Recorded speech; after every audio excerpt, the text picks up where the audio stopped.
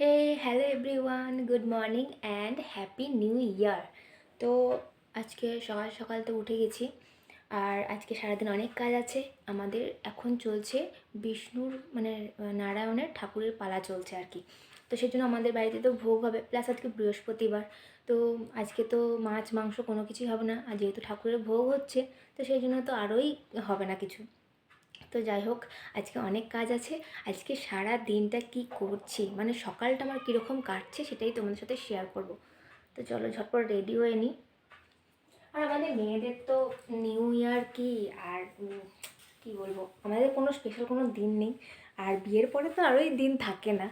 আর সকালবেলাটা তো মেয়েদের রান্নাঘরেতেই কাটে। তো চলো আজকে কী কী রান্না করছি, নিউ ইয়ার বলে তো শুধু এমনি ভাত ডাল এসব খেতে থাকবো না, সবজি খেতে থাকবো না, কিছু একটা তো বানাতে হবে। তো চলো। তো দেখো, এখানে আমার সবজিগুলো সব ধুয়ে ভালো করে রাখা হয়ে গিয়েছে। আর আমি আগের দিন সন্ধেবেলাতে সবজিগুলো সব কেটে রেখেছিলাম। আর এইদিকে আমার রাইসের ভাতটাও হয়ে এসেছে। অন্যদিন তো মামুনি আমি দুজনে মিলে রান্না করি, কিন্তু আজকে আমাকে একাকেই রান্না করতে হবে, কারণ মামুনি ঠাকুরের ভোগ করছে সেই জন্য।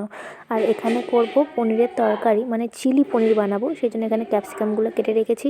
আজকে আঁশের কোনো কিছুই করব না। আর এখানে পনিরগুলোও কেটে রেখেছি, এখানে 250 মতো পনির আছে। তো চলো ঝটপট রান্না করে নিই, কারণ ঋষির আছে বিসিপ ডিউটি, ও খেয়ে ডিউটি যাবে, তাড়াতাড়ি সবটা করে নিতে হবে। আমার রাইস বানানো পুরোপুরি হয়ে গেছে, কমপ্লিট। আর ওইদিকে আমি পনিরের তরকারিটাও বসিয়ে দিয়েছি, চলো তোমাদেরকে দেখাই। দেখো, এখানে পনিরটা কমপ্লিট হয়ে এসেছে, এবার খালি একটা জায়গাতে পনিরটা ঢেলে নেব। আর ওইদিকে আমাদের ঠাকুর চলে এসেছে, মামুনির ভোগ রান্নাও হয়ে গেছে কমপ্লিট। তো চলো এবার ঠাকুর ঘরের দিকে যাওয়া যাক, কারণ বাপি পুজো করতে বসে গেছে। एते गंगपुत्रें परमन्नो भोग निवेदामि। ओम नमः शिवाय बनो ये दीपाय, ओम नमः शिवाय बनो ये धूपाय, ओम नमः शिवाय बनो हर हर महादेव सुप्रसन्न भव।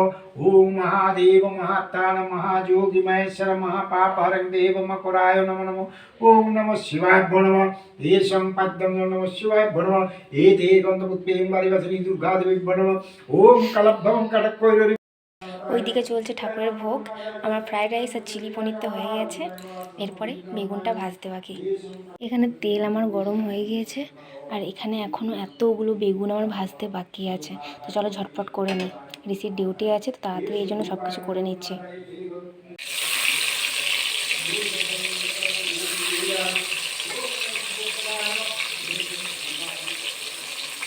প্রদীপ এসছেন আমাকে একটুখানি হেল্প করতে, উনি আমাকে একটু স্যালাড কেটে হেল্প করছেন আজকে। দেখো, এখন শসার আঠাটা বের করছে ঘষে ঘষে। এরকম অল্প স্বল্প হেল্প করলে আর কি চাই বলো। বেগুন ভাজা আমার হয়ে গেছে কমপ্লিট। কী ভাবছো, আমার রান্না শেষ? আলুর দমটা হলে তবে আমার রান্না হবে কমপ্লিট। তো সবাইকে হ্যাপি নিউ ইয়ার। আমার নিউ ইয়ার তো ঘরে বসে রান্না করে কেটে গেল। আর তোমাদের কীরকম কাটলো অবশ্যই জানিও কমেন্টের মাধ্যমে। এখানে আমার আলুর দমটা এখন হচ্ছে, একটু বেশি করে জল দিয়েছি, আমি ঢাকা দেবো না সেই জন্য।